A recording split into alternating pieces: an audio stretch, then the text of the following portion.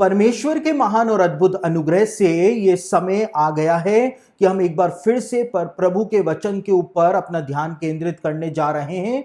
और आज हम मूसा का जो साथी था, जिसका नाम बाइबल में यहोशू बताया हुआ है, मूसा का टहलुआ उसको बोला गया है, उसके जीवन की जो कहानी बाइबल में दी हुई है उसके ऊपर अपना ध्यान केंद्रित करेंगे और इस बात को देखने का प्रयास करेंगे कि कैसे प्रोफेटिक पैटर्न जो हैं वो यहोशू की पुस्तक के अंदर, यहोशू की कहानी के अंदर प्रदान किए गए हैं। उन सब बातों को हम देखने का, जानने का, समझने का प्रयास करने जा रहे हैं।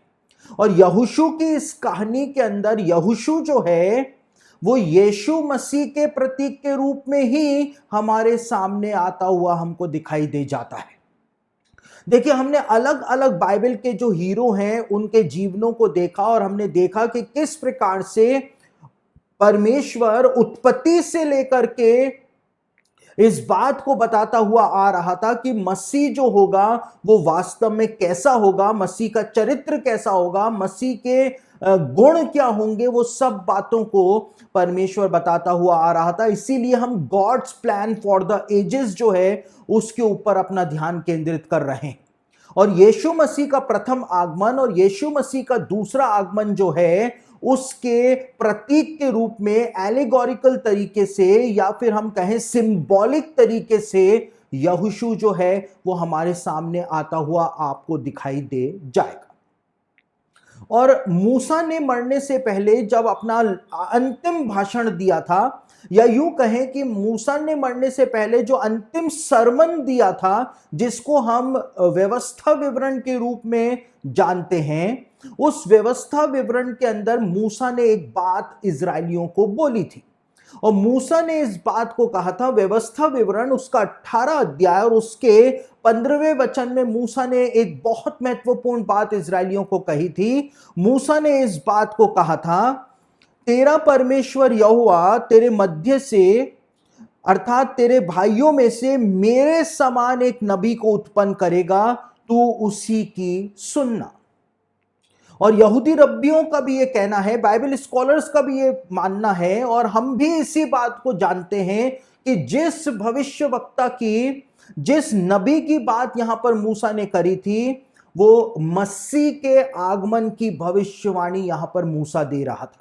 और इसीलिए हम देखते हैं कि जब यहूदी यूहन्ना बपतिस्मा देने वाले के पास गए तो उन्होंने उससे पूछा कि क्या तू मसीह है? उसने कहा नहीं। तो पूछा क्या तू एलिया है? उसने कहा नहीं। तो उससे पूछा क्या तू वो भविष्यवक्ता है? कौन सा भविष्यवक्ता? जिसकी भविष्यवाणी मूसा ने यहां 18 अध्याय 15वें वचन में की थी। यूहन्ना बपतिस्मा देने वाले से पूछा गया कि क्या तू वो भविष्यवक्ता है जो आने वाला है? उसने कहा मैं वो भी नहीं हूं। तो यहां पर मसीह के आगमन की भविष्यवाणी दी थी कि मेरे बाद एक और नबी जो है उसको परमेश्वर खड़ा करेगा। वो अल्टीमेटली यीशु मसीह के अंदर वो भविष्यवाणी पूरी हुई थी, लेकिन इजरायलियों के लिए एट वंस, एकदम से ही ये भविष्यवाणी उस समय भी पूरी हो गई थी। देखिए, भविष्यवाणियां जो हैं वो अलग अलग तरीके से पूरी होती हैं। तो यहां पर मूसा के मरते के साथ भी ये भविष्यवाणी पूरी हो गई थी, और इस भविष्यवाणी का जो अल्टीमेटली ये पूरी हुई थी वो यीशु मसीह में पूरी हुई थी। लेकिन मूसा के मरते के साथ ही भविष्यवाणी कैसे पूरी हुई? मूसा की जगह यहोशू जो है वो इजराइल का अगवा बन गया था। तो मेरे बाद एक और नबी आएगा, तो वो यहोशू आया था, लेकिन अल्टीमेटली मूसा जो है वो मसीह के बारे में भी भविष्यवाणी कर रहा था। तो यानी वो भविष्यवक्ता मसीह की भविष्यवाणी जो करी थी उसमें यहोशू जो है वो सामने आया था इजरायलियों के एकदम से। और ये यहोशू जो नाम है, हिब्रू नाम जो है यहोशू, ये वास्तव में होता है यहोशुआ, जिसका मतलब होता है यहोवा उद्धार है। और इसी यहोशुआ से यीशुआ शब्द बना है, यीशु शब्द बना है, जिसका मतलब होता है उद्धार। यानी यीशु मसीह के, मूसा ने कहा था मेरे बाद एक नबी आएगा, और वो यहोशू बना था, और यहोशू नाम से ही यीशुआ नाम बना है, यानी आप समझ सकते हैं यहोशू जो है वो यीशु मसीह की भविष्यवाणी के तौर पर ही प्रदान किया गया था। यहोशू का जीवन जो था, यहोशू के जीवन में जो कुछ भी हुआ था, वो सब कुछ यीशु मसीह की आगमन की भविष्यवाणियों को दर्शाने के लिए प्रदान किया गया था।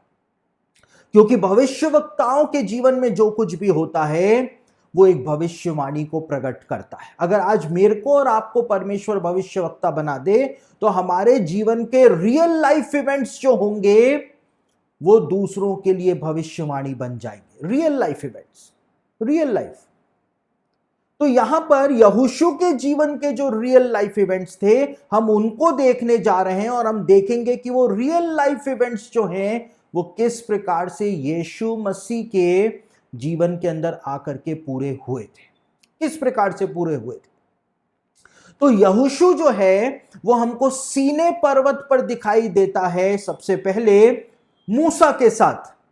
मूसा जब पटियाओं को लेने के लिए गया हुआ था, 10 आज्ञाओं को लेने के लिए गया हुआ था, तो एक बात निर्गमन की पुस्तक के अंदर बताई हुई है। और निर्गमन की पुस्तक में क्या बताया हुआ है, निर्गमन उसका 24 अध्याय उसके 13वें वचन को हम पढ़ लेते हैं। वहां पर एक बात बताई हुई है। तब मूसा यहोशू नामक अपने सेवक समेत परमेश्वर के पर्वत पर चढ़ गया। यानी कि जब मूसा व्यवस्था लेने गया था तो यहोशू जो था वो उसके साथ साथ गया था। सीने पर्वत पर यहोशू मौजूद था। उसके बाद आगे क्या बताया हुआ है, निर्गमन उसका 32 अध्याय 15 से 17 को भी हम पढ़ लेते हैं। वहां पर भी एक और बहुत महत्वपूर्ण बात बताई हुई है। तब मूसा मुड़कर साक्षी की दोनों तख्तियों को हाथ में लिए हुए पहाड़ से उतर गया। उन तख्तियों के इधर और उधर दोनों ओर लिखा हुआ था और वे तख्तियां परमेश्वर की बनाई हुई थी और उन पर जो खोद कर लिखा हुआ था वे परमेश्वर का लिखा हुआ था। 17वें वचन में लिखा हुआ है, जब यहोशू को लोगों के कोलाहल का शब्द सुनाई पड़ा तब उसने मूसा से कहा, छावनी से लड़ाई का सा शब्द सुनाई देता है। जब मूसा परमेश्वर से व्यवस्था लेने के लिए गया था, 10 आज्ञाएं लेने के लिए गया था, तब यहोशू भी उसके संग गया था। और मूसा जब व्यवस्था लेकर के नीचे आया तो यहोशू भी उसके साथ साथ नीचे आया था।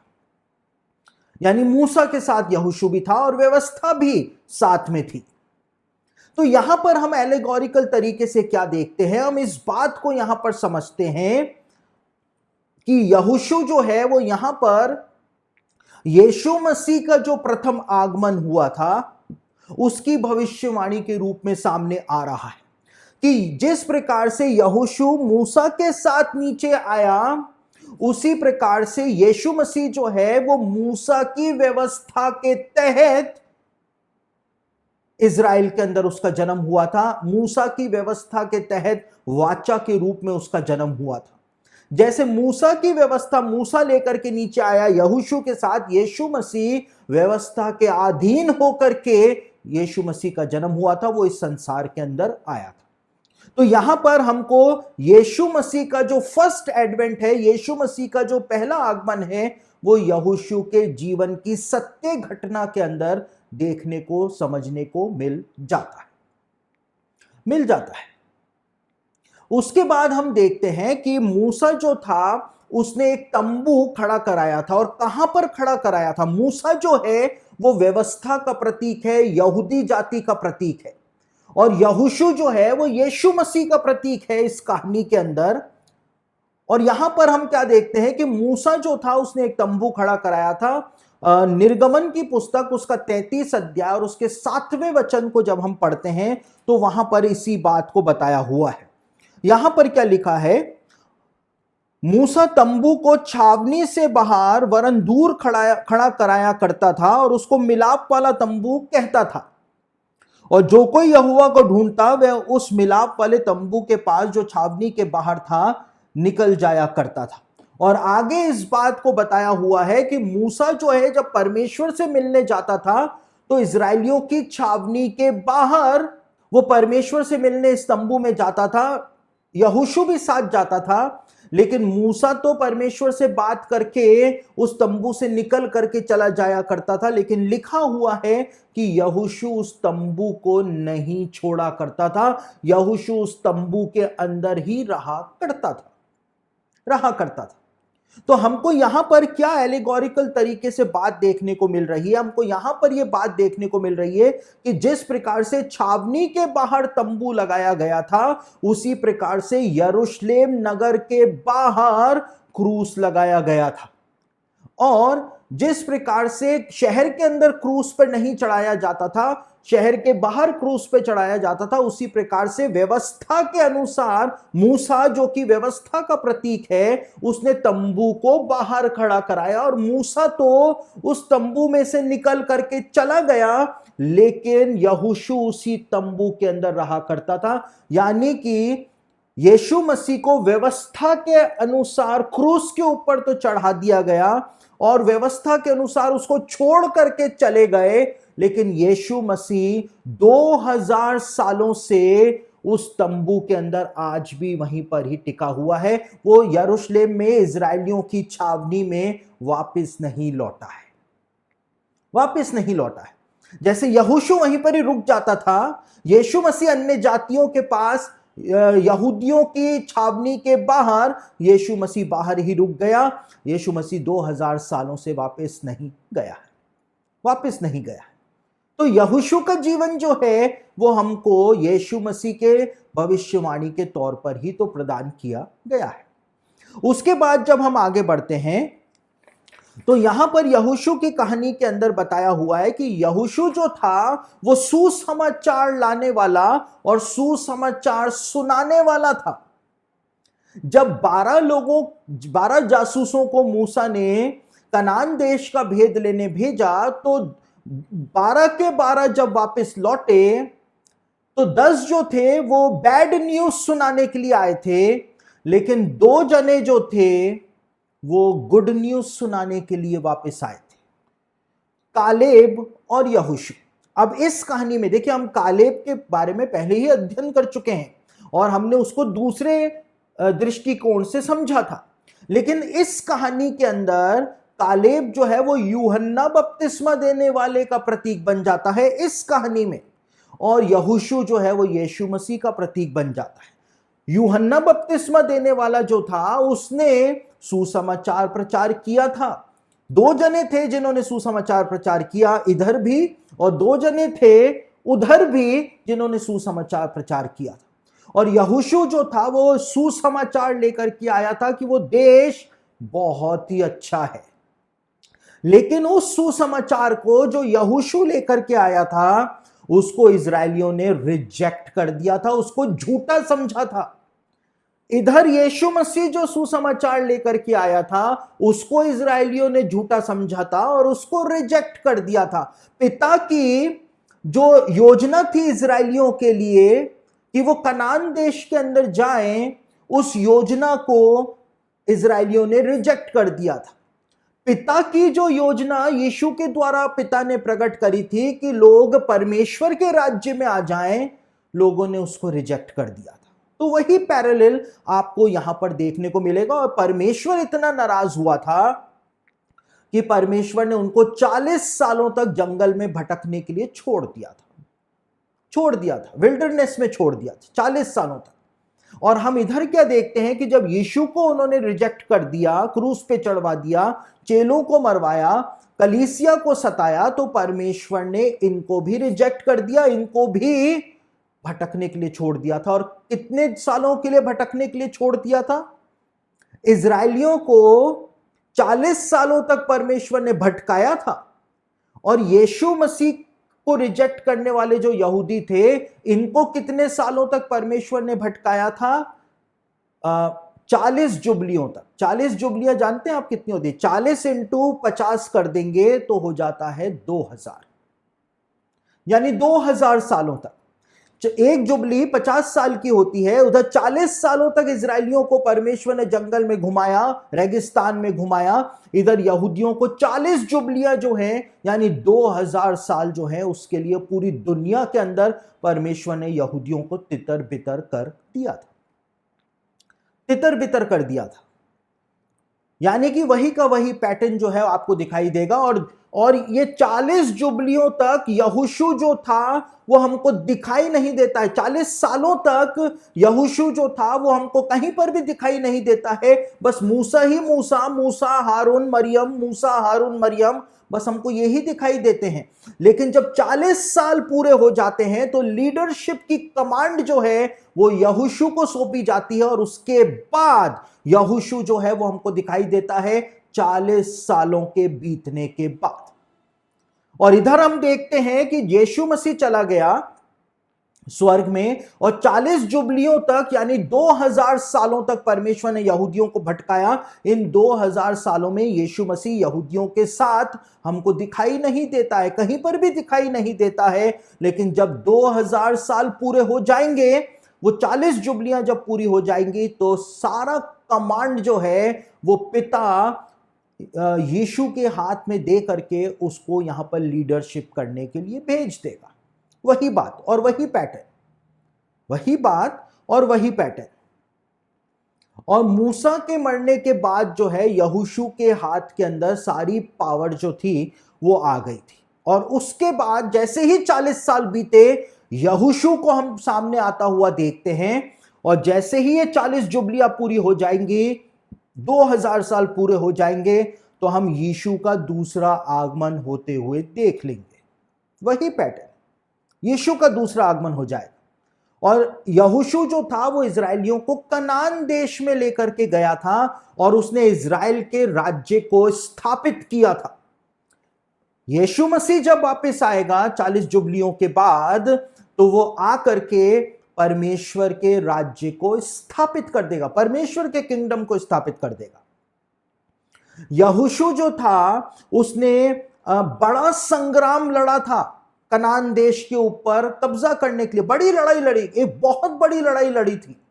यीशु मसीह जब वापस आएगा तो एक बहुत बड़ी लड़ाई को लड़ेगा जिसको हम बैटल ऑफ आर्मगेडन कहते हैं, हर मगीदौन का युद्ध हम उसको कहते हैं, जिसके बारे में प्रकाशित वाक्य 16 अध्याय उसके 16वें वचन के अंदर बताया हुआ है।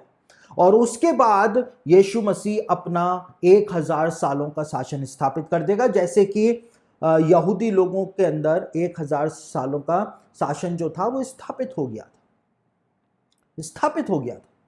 तो वही पैरेलल जो है वो आपको यहां पर देखने को मिलेगा। और उसके बाद यहोशू ने एक और काम किया था, यहोशू ने बंटवारा किया था, सबको अपना अपना भाग उसने दिया था। सारे गोत्रों को उनका भाग यहोशू ने प्रदान किया था, सारे गोत्रों को। और हमको क्या दिखाई देता है कि जब यीशु मसीह आएगा तो जितने डिजर्व करते हैं, जो विश्वासी हैं, उनको प्रतिफल जो है, रिवॉर्ड जो है वो यीशु मसीह प्रदान करेगा।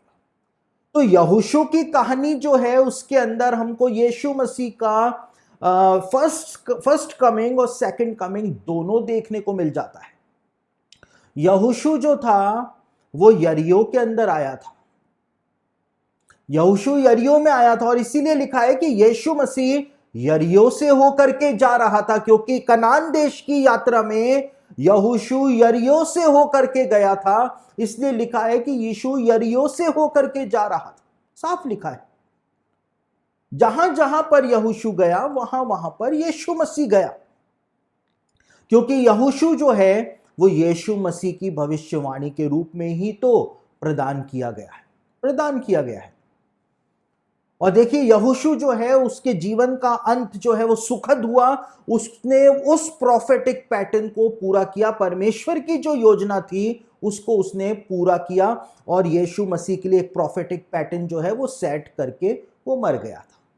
अपने जीवन के अंत तक वो परमेश्वर के साथ साथ चलता रहा। लेकिन यहोशू जो था उसने बहुत सारी लड़ाइयां लड़ी थी, उसने लड़ी थी। और देखिए यहोशू का जीवन के अंदर तो हमको यीशु मसीह के जीवन की एक झलक देखने को मिल जाती है। लेकिन यहां पर जो यहोशू ने जो लड़ाइयां लड़ी थी उसको हम दूसरे तरीके से समझेंगे। और दूसरे तरीके से कैसे समझेंगे कि यहोशू ने जो जो लड़ाइयां लड़ी वो सारी की सारी लड़ाइयां जो थी वो प्रोफेटिक पैटर्न था। वो एक भविष्यवाणी थी कि जब यहूदी लोग वापस से अपने देश में आएंगे तो वो किस प्रकार से युद्धों को लड़ेंगे। वो प्रोफेटिक पैटर्न था। अब देखिए 40 साल जब बीत गए थे तो यहोशू आया था और उसके बाद लड़ाई हुई थी कनान देश पर अधिकार करने की। अब जब ये 2000 साल पूरे हुए, लगभग पूरे हुए, तो परमेश्वर यहूदियों को वापस उनके देश में लेकर के गया। और जब यहूदी लोग अपने देश में जाकर के बस गए और उसके बाद 14 मई 1948 को जब उन्होंने अपने देश का स्वतंत्रता की घोषणा करी, मैंने आपको कहा कि हम यहोशू के जीवन से तो समझेंगे, लेकिन दूसरा एलिगोरिकल पैटर्न भी हम आज समझेंगे कि यहोशू ने जो लड़ाइयां लड़ी वो वास्तव में भविष्यवाणियां भी थी कि फ्यूचर के अंदर क्या होगा। अब यहूदी जब 1948 में इजराइल में वापस पहुंच गए तो जब 40 साल बीते थे तो लड़ाई हुई थी, यहोशू ने लड़ाई लड़ी थी। अब जब यहूदी लोग वापस अब अपने देश पहुंचे एक लंबे इंतजार के बाद, तो वापस से लड़ाइयां शुरू हुई। बहुत सारे देशों ने मिलकर 15 मई 1948 को इजराइल के ऊपर हमला कर दिया था। और यहोशू की पहली लड़ाई जो थी वो अमालेक के साथ हुई थी, अमालेकियों के साथ हुई थी। और ये पैलेस्टीनियंस जो आज इजराइल के अंदर रहते हैं, जिनकी वजह से 1948 में लड़ाई हुई इजराइल की, वो भी अमालेक के ही वंशज हैं, अमालेकी ही हैं।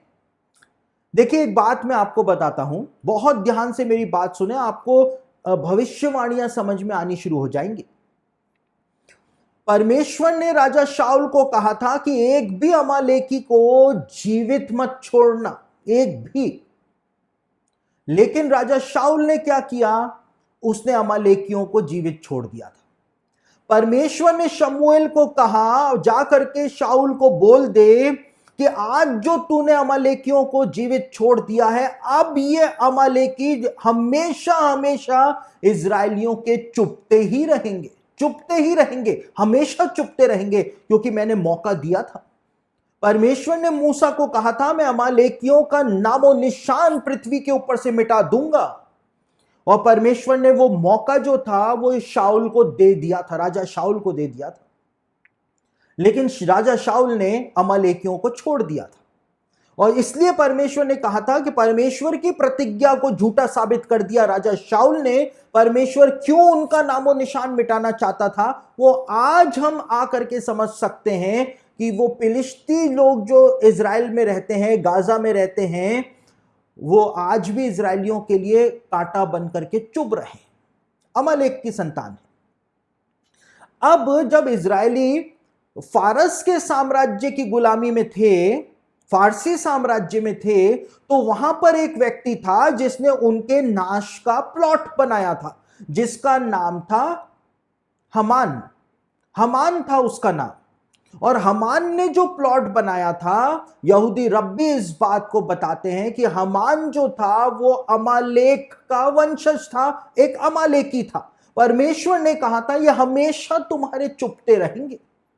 और बाइबल स्कॉलर्स इस बात को बताते हैं, यहूदी रब्बी भी इस बात को बताते हैं कि हिटलर जो था, जिसने 60 लाख यहूदियों को मारा था सेकेंड वर्ल्ड वॉर के टाइम पर, वो हिटलर जो था वो भी अमालेक का ही वंशज था, वो भी अमालेकी ही था। परमेश्वर ने कहा था ये हमेशा तुम्हारे चुपते ही रहेंगे, हमेशा तुम्हारे चुपते रहेंगे। और देखिए मैं ज्यादा लंबा इसको नहीं करना चाहता हूं, लेकिन अमालेक के वंशज जो हैं वो अमेरिका के अंदर भी बसे हुए हैं। अमालेक एदोमी लोग जो हैं, एदोमी से ही अमालेकी बने थे, तो एदोमी और अमालेकी जो हैं वो अमेरिकन हैं आज के टाइम में। इसलिए एदोम जो है, एदोम का मतलब होता है एसाव। तो एसावी जब जब राष्ट्रपति बन जाते हैं, जब जब एसावी राष्ट्रपति बन जाते हैं तो वे इजराइल के पक्ष में बोलते हैं, और जब जब अमालेकी राष्ट्रपति बन जाते हैं, मंत्री बन जाते हैं, तो वो इजराइल के खिलाफ बोलते हैं। यही तो बात है, यही तो बात है। इस तरह से हमको बाइबल की भविष्यवाणियों को समझना है। तो परमेश्वर की जो प्रतिज्ञा परमेश्वर ने मूसा को दी थी, वो राजा शाऊल ने उसको झूठा साबित कर दिया था। और इसलिए परमेश्वर ने कहा था अब कभी खत्म नहीं होंगे ये अमालेकी, ये हमेशा तुम्हारे चुपते ही रहेंगे। और यहोशू ने उनका सामना किया था कनान देश पर। जब वो कब्जा करने के लिए जा रहे थे, वहां पे बसने के लिए जा रहे थे, अमालेकियों से उनका सामना हुआ था। और जब यहूदी लोग 1948 में वापस अपने देश में बस गए, अपने स्वतंत्र राष्ट्र की घोषणा उन्होंने कर दी, तो उनका युद्ध जो था वो अरब देशों के साथ हुआ था, फिलिस्तीनियों के कारण, पैलेस्टीनियंस के कारण हुआ था। जैसे अमालेकियों से यहोशू की लड़ाई हुई, वैसे इजरायलियों की लड़ाई जो थी वो 1948 में हुई थी। तो ये अमालेकियों वाला युद्ध जो यहोशू ने लड़ा था, वो हमको वापस से 1948 में दोहराता हुआ दिखाई देता है। और यहोशू उस युद्ध को जीता था, यहां पर इजरायली 1948 के युद्ध को जीत गए थे। जिस समय यहोशू ने अमालेकियों से लड़ाई करी थी, उस समय इजरायलियों के पास सेना नहीं थी। ये सब तो नौसिखिए थे, गुलाम थे मिस्रियों के। मिस्रियों के गुलाम जो थे, जो चूने भाटे का काम करते थे, उन्होंने, नौसिखियों ने लड़ाई करके अमालेकियों की सेना को हरा दिया था। और यहां पर 1948 में जब इजराइल की लड़ाई हुई थी अरब देशों के साथ, 7 अरब नेशंस थे जिनके साथ लड़ाई हुई थी, एक संयुक्त सेना के साथ लड़ाई हुई थी। ये नौसिखिए थे, किसान थे, ये बढ़ई थे, ये कुम्हार थे, और इन्होंने ही उनसे लड़ करके उनको हरा दिया था। वही पैटर्न है, वही पैटर्न आपको पैरेलल में चलता हुआ दिख जाएगा। उसके बाद जब हम आगे बढ़ते हैं तो यहोशू जो था उसने राजा ओग से भी लड़ाई लड़ी थी। राजा ओग से, राजा ओग और सीहोन से यहोशू ने लड़ाई लड़ी थी। और 1948 के बाद एक और लड़ाई जो थी वो इजराइल ने लड़ी थी, जो 1956 की वॉर कहलाती है, जब इजराइल की लड़ाई मिस्र के साथ हुई थी।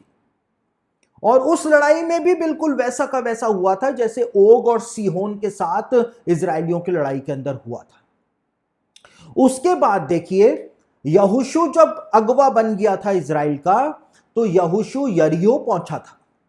और यरीहो जब पहुंचा था तो 6 दिनों तक उन्होंने यरीहो के चक्कर काटे थे, 6 दिनों तक। और 6 दिनों तक चक्कर काटने के बाद 7वें दिन 7 चक्कर उन्होंने काटे, और उसके बाद वो उस युद्ध को जीत गए। तो यरीहो की फतेह जो थी वो 6 डे वॉर थी। और आपको जानकर के हैरानी होगी कि जो तीसरा युद्ध इजराइल ने लड़ा वापस से, अभी हम मॉडर्न टाइम्स में, जिसको 1967 की वॉर कहा जाता है, 1967 की वॉर कहा जाता है, उसको भी 6 दिनों का युद्ध ही कहा जाता है। और ये यरीहो के ऊपर कब्जा करने के लिए ये युद्ध लड़ा गया था। और जब ये 6 दिनों का युद्ध हुआ तो इजराइलियों ने यरीहो के ऊपर भी कब्जा कर लिया था 1967 में। और वो भी 6 डे वॉर थी, ये भी 6 डे वॉर थी। 6 दिनों में इजराइल ने 3 देशों को हरा करके यरीहो पर और यरूशलेम पर और हेब्रोन पर, सब जगह के ऊपर इजराइल ने कब्जा कर लिया था। और यहां पर भी हमको दिखाई देता है कि यहोशू ने 6 डे वॉर के अंदर यरीहो के ऊपर कब्जा कर लिया था। तो ये प्रोफेटिक पैटर्न है। ये यहोशू के जीवन में जो कुछ हो रहा था वो हमको मॉडर्न टाइम के अंदर भी होता हुआ दिखाई दे रहा है। इस प्रकार से बाइबल की भविष्यवाणियों को आप हर जगह के ऊपर पा सकते हैं, ढूंढ सकते हैं और देख भी सकते हैं। देखिए, उसके बाद बताया हुआ है कि इजरायली जो थे वो ए नगर के लिए लड़ने को जाते हैं, ए नगर। लेकिन अकान जो था वो पाप कर देता है। अकान का पाप बहुत फेमस है, अर्पण की हुई वस्तु को वो दबा लेता है, चुरा लेता है। और अकान के पाप के कारण जब इजरायली जाते हैं लड़ने के लिए ए नगर से, तो वो युद्ध हार जाते हैं। और 3000 इजरायली पुरुष उस युद्ध में, उस लड़ाई में मर जाते हैं। 3000 मर जाते हैं। अब इधर इजराइल ने 1967 के बाद जो युद्ध लड़ा था वो सीरिया के साथ लड़ा था 1973 में, जिसको योम किप्पूर का युद्ध कहा जाता है। और इस युद्ध के अंदर, क्योंकि उधर अकान के पाप के कारण इजरायली जो थे, 3000 इजरायली पुरुष मर गए थे। और सीरिया ने जब इजराइल के ऊपर हमला किया 1973 में, ये कंटिन्यूसली ऐसे ही हमले हुए हैं जैसा मैं आपको बता रहा हूं, ऐसे ही युद्ध हुए जैसा मैं आपको बता रहा हूं। और 1973 में जब लड़ाई हुई तो इजराइल उस लड़ाई को हार रहा था बहुत बुरी तरह से, जैसे कि यहोशू की अगुवाई में, यहोशू था अगवा, लेकिन उसके बावजूद इजरायली जो थे वो हार रहे थे ए नगर से, ए नगर को नहीं जीत पा रहे थे। 3000 इजरायली भी मर गए थे। और जब सीरिया ने इजराइल के ऊपर हमला किया 1973 में, तो इजरायली उस युद्ध को हार रहे थे और एग्जैक्टली 3000 इजरायली सैनिक जो थे वो उस युद्ध के अंदर मारे गए थे। एग्जैक्टली वही पैटर्न। और बाद में अमेरिका की मदद से इजराइल उस युद्ध को जीत तो गया था, लेकिन बाद में जाकर के पता चला था कि वो अकान कौन है जिसकी वजह से इजरायलियों के 3000 सैनिक मर गए थे। वो अकान जो था वो इजराइल के प्रधानमंत्री यित्ज़ाक रबीन थे, क्योंकि इजराइल के अंदर ऐसा कानून है कि कोई भी इजरायली नागरिक, कोई भी इजरायली मंत्री जो है इजराइल के बाहर दूसरे देशों में अपना अकाउंट नहीं रख सकता है, दूसरे देश के बैंक्स के अंदर, क्योंकि इस परिस्थिति में वो भ्रष्टाचार को फैलाएगा। इस तो कानून है। लेकिन यित्ज़ाक रबीन जो प्रधानमंत्री थे, उन्होंने वॉशिंगटन डीसी के अंदर अपना खाता खुलवाया हुआ था एक बैंक में, और उसके अंदर वो भ्रष्टाचार की रकम रखा करते थे। तो अकान के पाप के कारण इजराइल के 3000 लोग मर गए थे, और राष्ट्रपति प्रधानमंत्री रबिन के इस पाप के कारण 3000 इजरायली सैनिक जो थे वो 1973 में मर गए थे। तो वही पैटर्न जो है वो आपको दिखाई दे जाएगा। फिर एक और चीज यहोशू की कहानी में बताई हुई है। यहोशू की कहानी में बताया हुआ है कि गिबोनियों ने यहोशू के साथ छल किया था। गिबोनियों ने, अब ये गिबोनी जो थे वो भेष बदल करके आए थे, फफूंद लगी हुई रोटी लेकर के आए थे, और आकर के इजरायली वृद्धों को और यहोशू को कहा था हमारे साथ संधि कर लो। और लिखा हुआ है बाइबल के अंदर, यहोशू की पुस्तक 9 अध्याय उसके 14वें वचन में, कि इजराइल के पुरनियों ने परमेश्वर से सलाह नहीं ली थी कि यह संधि करनी है या नहीं करनी है। उसी प्रकार से 1973 के युद्ध के बाद इजराइल जो था उसने बिना सोचे समझे मिस्र के साथ, जॉर्डन के साथ और पैलेस्टीनियन लिबरेशन ऑर्गेनाइजेशन के साथ संधि कर ली थी। जैसे गिबोनियों के साथ संधि हुई, वैसे ही इजराइल ने संधि कर ली थी। और बाइबल में इस बात को बताया हुआ है यहोशू की पुस्तक में भी, कि जब आसपास के पड़ोसी देशों को पता चला कि गिबोनियों ने इजराइलियों के साथ संधि कर ली है, तो आसपास के जो पड़ोसी देश थे उन्होंने गिबोनियों के ऊपर हमला कर दिया, और गिबोनियों ने यहोशू को मदद के लिए बुलाया कि आकर के हमारी मदद करो। उसी प्रकार से वही प्रोफेटिक पैटर्न कैसे पूरा हुआ कि जब मिस्र ने इजराइल के साथ संधि कर ली, तो जितने भी आसपास के अरब देश थे वो उन्होंने मिस्र के ऊपर हमला करना शुरू कर दिया, मिस्र के ऊपर।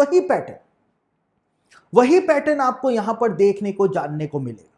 तो बाइबल के अंदर ये एलेगोरिकल इंटरप्रिटेशन जो है उसको आप सीधे सीधे भी एलेगोरिकल इंटरप्रिटेशन कर सकते हैं, और यदि आपको इतिहास की जानकारी है, आपके पास फैक्ट्स हैं कि ये फैक्ट्स जो हैं बाइबल की भविष्यवाणियों के ऊपर फिट बैठते हैं, इस कहानी पर फिट बैठते हैं, तो आप इस प्रकार से भी एलेगोरिकल इंटरप्रिटेशन, सिंबॉलिक इंटरप्रिटेशन कर सकते हैं या प्रोफेटिक इंटरप्रिटेशन कर सकते हैं। एक और बात मैं आपको बताता हूं, अमेरिका के राष्ट्रपति जो थे, जिनका नाम था जॉर्ज बुश सीनियर, जो कि खाड़ी युद्ध के समय अमेरिका के राष्ट्रपति थे। और जॉर्ज बुश सीनियर जो थे, उन्होंने एक ऐसा पैक्ट बनाया था जिसमें वो होली लैंड में यानी इजराइल के अंदर शांति स्थापित करना चाहते थे, और इजराइलियों और फिलिस्तियों के बीच में वो शांति को लाना चाहते थे। तो उन्होंने एक बहुत बड़ा दस्तावेज बनाया था, और इजरायली सरकार के ऊपर भी उन्होंने इस बात का दबाव बनाया था कि इजरायली सरकार उस दस्तावेज के ऊपर हस्ताक्षर कर दे।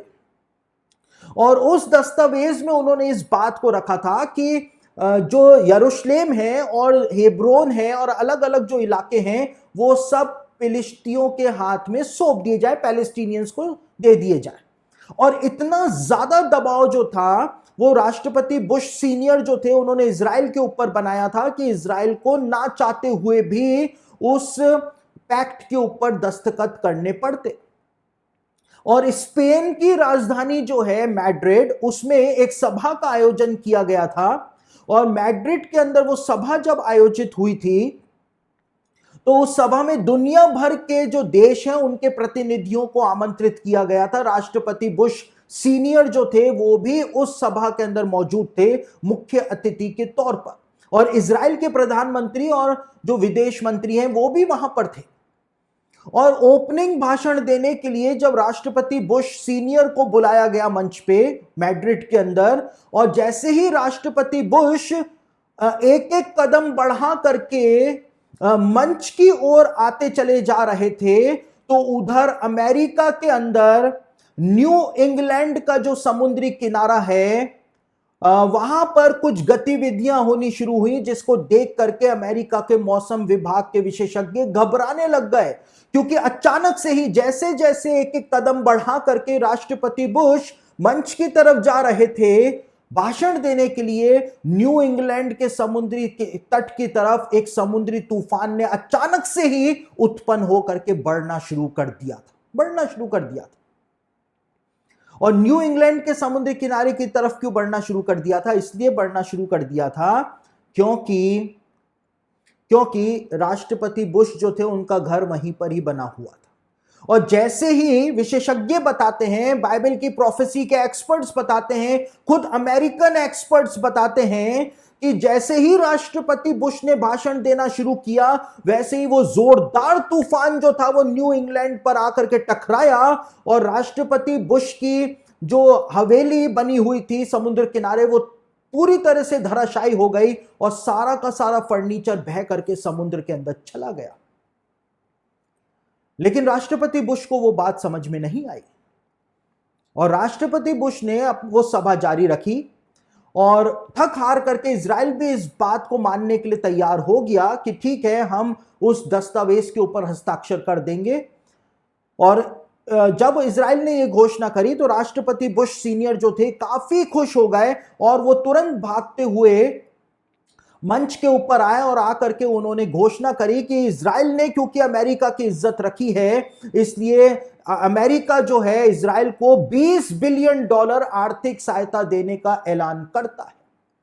और अमेरिका के जो विशेषज्ञ हैं वो बताते हैं कि ये शब्द तो राष्ट्रपति बुश सीनियर के मुंह से निकले ही थे कि उधर अमेरिका का मौसम विभाग जो था अपने सुपर कंप्यूटर्स को देख करके घबरा गया। और क्यों घबरा गया? क्योंकि अमेरिका के अंदर ऐतिहासिक एंड्रू हरिकेन जो है वो उत्पन्न हो गया था और एंड्रू हरिकेन ने इतनी व्यापक तबाही मचाई थी कि राष्ट्रपति बुश ने $20 बिलियन आर्थिक सहायता इजराइल को देने की बात करी थी। एंड्रू हरिकेन जो था उसने $40 बिलियन का नुकसान अमेरिका में कर दिया था। तो इस तरह से भी आप भविष्यवाणियों को समझ सकते हैं, परमेश्वर के संकेतों को समझ सकते हैं। एक और बात आपको बता देता हूं इस लेसन को समाप्त करने से पहले। 10 सितंबर 2001 को यानी 10 सितंबर 2001 को अमेरिका के राष्ट्रपति थे जॉर्ज बुश जूनियर, यानी यही जॉर्ज बुश जो थे, इनका बेटा ओबामा से पहले जो थे जॉर्ज बुश वो राष्ट्रपति थे। और 10 सितंबर 2001 को व्हाइट हाउस के लॉन के अंदर खड़े होकर के जॉर्ज बुश जूनियर ने कहा था कि इजराइल को यरूशलेम जो है और दूसरे इलाके जो है वो पैलेस्टीनियन अथॉरिटी को देने ही होंगे, अमेरिका की बात माननी ही पड़ेगी, ये बोला था। और देखिए क्या हुआ, 10 सितंबर 2001 को ये बात जॉर्ज बुश ने बोली थी, जूनियर ने बोली थी, और 11 सितंबर 2001 को अमेरिका के ऊपर इतिहास का सबसे बड़ा आतंकवादी हमला हुआ था, जब आतंकवादियों ने अमेरिका के ही विमानों को वर्ल्ड ट्रेड सेंटर के ट्विन टावर से ले जा करके टकरा दिया था और अमेरिका जो था वो आग बबूला हो गया था, पूरी तरह से हिल गया था। और इसीलिए बाइबल में क्या लिखा हुआ है, परमेश्वर ने इब्राहिम को कहा था कि जो तुझको आशीष दे उसको मैं आशीष दूंगा, और जो तुझको कोसे, तुझको श्राप दे, उसको मैं श्राप दूंगा। और यही बात परमेश्वर ने याकूब से कही थी कि जो तुझे आशीष देगा उसे मैं आशीष दूंगा, और जो तुझे श्राप देगा उसे मैं श्राप दूंगा। और बिलाम भविष्यवक्ता जब इजराइलियों के लिए भविष्यवाणी करता है गिनती की पुस्तक में, तो वो कहता है कि जो इजराइल को आशीष दे वो तो अपने आप ही आशीषित हो जाएगा, और जो इजराइल को श्राप दे वो अपने आप ही श्रापित हो जाएगा। अब आप देख सकते हैं इजराइल के आसपास के अंदर जितने भी पड़ोसी देश हैं जो इजराइल से लड़ते रहे, देखिए मिस्र जो है उसने इजराइल के साथ संधि कर ली, तो मिस्र जो है आज टिका हुआ है, टिका हुआ है मिस्र। उधर जॉर्डन ने इजराइल के साथ संधि कर ली, फिर लड़ाई नहीं करी, तो वो टिका हुआ है, अच्छा अर्थव्यवस्था है जॉर्डन की। लेकिन जितने देशों ने इजराइल के साथ सबसे ज्यादा लड़ाई करी, इराक ने करी, आज इराक का हाल क्या है। सीरिया ने करी, आज सीरिया का हाल क्या है। लेबनान ने करी, आज लेबनान का हाल क्या है। फ्रांस की पार्लियामेंट ने इजराइल के खिलाफ बिल पारित किया, और जैसे ही बिल पारित किया अगले दिन फ्रांस के अंदर एक बहुत बड़ा आतंकवादी हमला हो गया, फ्रांस जो था वो हिल गया। जो इजराइल को आशीष दे वो आशीष पाएगा, जो इजराइल को श्राप दे वो श्राप पाएगा। यह परमेश्वर का यूनिवर्सल लॉ है। अब हम मसीही लोग जो हैं, हम इजरायली सरकार की हर नीतियों के सपोर्टर नहीं हैं, हम इजरायली सरकार के सपोर्टर नहीं हैं, हम यहूदियों के सपोर्टर नहीं हैं, लेकिन हम बिब्लिकल सपोर्टर हैं। हम बाइबल की भविष्यवाणियां जो पूरी हो रही हैं उसके ऊपर हमने अपनी नजर लगा रखी है। बाइबल की बातें कैसी पूरी हो रही हैं हम उसके ऊपर अपनी नजर लगाते हैं। ऐसा नहीं है कि हम यहूदियों के गलत कामों में भी उनका साथ देंगे, ऐसा नहीं है, क्योंकि कई सारे काम वो बहुत गलत करते हैं, कई सारे काम वो बहुत गलत करते हैं। कई सारी नीतियां जो सरकार की हैं, इजरायली सरकार की है, वो नीतियां पूरी तरह से गलत हैं, तो हम उनका सपोर्ट नहीं करते हैं। और फिलिस्ती लोग जो हैं या पैलेस्टीनियन लोग जो हैं वो हमारे दुश्मन नहीं है। जैसे हमारे लिए यहूदी हैं वैसे ही हमारे लिए पैलेस्टीनियन है। तो हमको कोई गलत ना समझे कि हम क्या बोल रहे हैं, हम सिर्फ बिब्लिकल पॉइंट ऑफ व्यू से इजराइल के सपोर्टर हैं, हम उनकी गलत नीतियों में उनके सपोर्टर नहीं हैं, उनके सपोर्टर नहीं। तो इस तरह से भी आप बाइबल को एलिगोरिकली इंटरप्रेट कर सकते हैं, लेकिन इस तरह से इंटरप्रेट करने के लिए आपके पास फैक्ट्स होने चाहिए, और अपनी बात को साबित कर देने के लिए प्रमाण भी आपके पास होने चाहिए। तो यहोशू के जीवन से हमने समझा कि यहोशू के जीवन जो था वो यीशु मसीह के पहले आगमन और दूसरे आगमन की भविष्यवाणी थी। यहोशू ने जो लड़ाइयां लड़ी वो इजराइल ने जो मॉडर्न टाइम्स में जो युद्ध लड़े उसकी भविष्यवाणियों के रूप में सामने आते हैं। साथ ही साथ हमने देखा कि फैक्ट्स को इकट्ठा करके किस प्रकार से हम उनको इंप्लीमेंट कर सकते हैं वचन के ऊपर, इस तरह भी आप वचन की व्याख्या को कर